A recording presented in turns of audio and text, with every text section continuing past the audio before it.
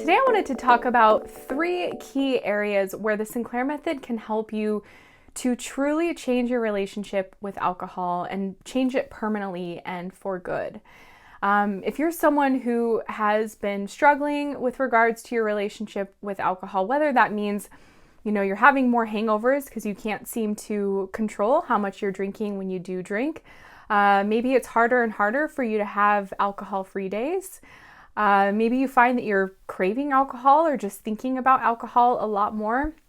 The Sinclair Method can be such a great option for most people because it allows us to regain control over alcohol, whether that means we continue to drink using this method or if we want to go abstinent. That's one of the great things about this method. So 3 things I want to talk about with how this method will help you to change your drinking habits. So first of all, one of the biggest things people notice with this method is that they start to regain control over how much they are drinking when they do drink. Now, sometimes this method works right away for people from day one. They're starting to see a big change. For other people, it takes a little bit longer, but in most cases, it works similarly for people. It just might take a little bit longer for others.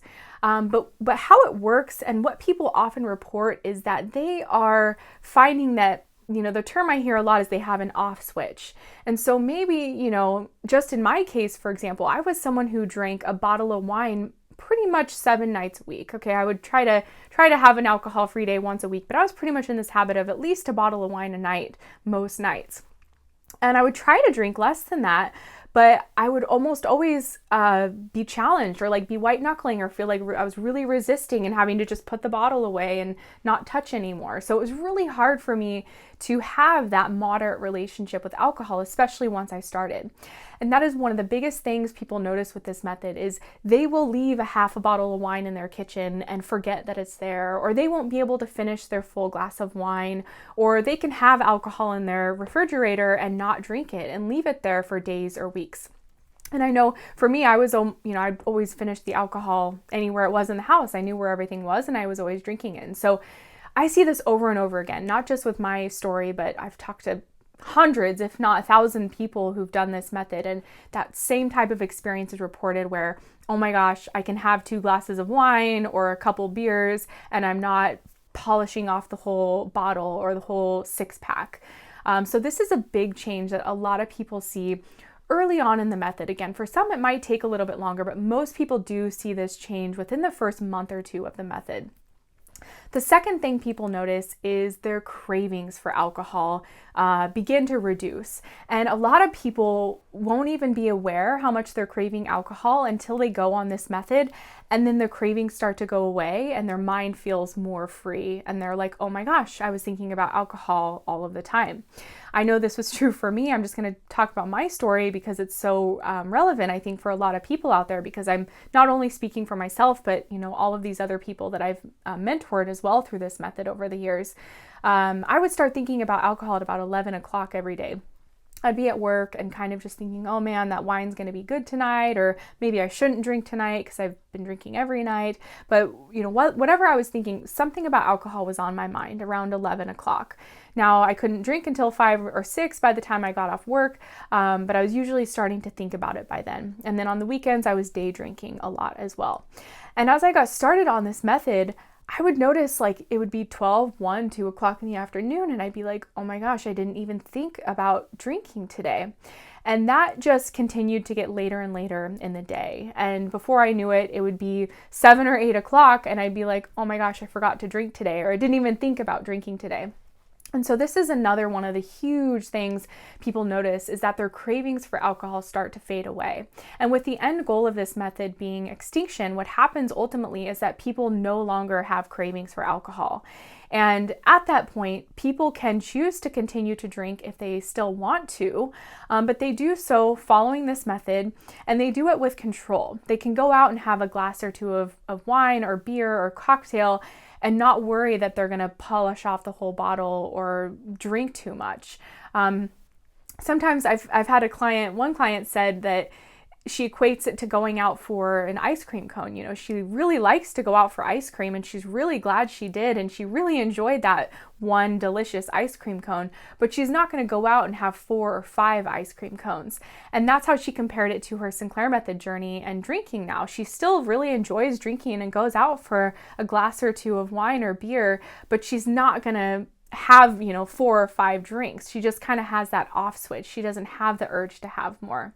And this is because, again, those cravings are ultimately erased on this method. And so you might still drink, but do so with total control and moderation. And the third great thing about this method is that it gives people the choice of whether they want to have alcohol in their life and have a moderate relationship to it, or if they want to go abstinent. And I think, what I've seen, most people on this method, they get on it and they want to have some sort of relationship with alcohol. They don't want to go totally abstinent for the rest of their lives. And this method really gives them that choice. So often people say, I want to be able to have the champagne at the wedding, or I want to be able to have fine wine when I'm going to Italy or Europe, or a cocktail on the beach in Hawaii. It's like, we want to have some sort of relationship with alcohol, and we don't want to give it up for good. And that's what's possible with the Sinclair Method, because it's working in such a way where it's undoing the wiring in our brain that has been driving problematic drinking and allowing us to really get back in control and feel empowered over our relationship with alcohol. And while drinking is, required for at least a period of time on this method, a lot of people can go on it and go abstinent as well. And I'm actually someone who I quit drinking over 3 years ago because of how well this method worked for me. I was on the method for a year and I had no intentions to quit drinking. But what happened was, the longer I was on it, I just really lost interest in alcohol. And it got to a point where I honestly just kept forgetting to drink. And a month would go by, and then 2 months, and then 3 months. And I was like, well, I guess I'm not really drinking anymore. But it gives people that option as well. And it makes going abstinent so much easier when you're not battling cravings or wishing you could drink or feeling like you could never drink again. And to be honest, I still entertain the idea that I might drink again one day following the Sinclair Method. I love having that option and that choice there. So that's a little bit about how this method can really help you change your drinking habits. Again, number one, it allows people to have more control over how much they're drinking. They kind of get that off switch in their head where they can stop after a couple of drinks and not feel like they're going to lose control.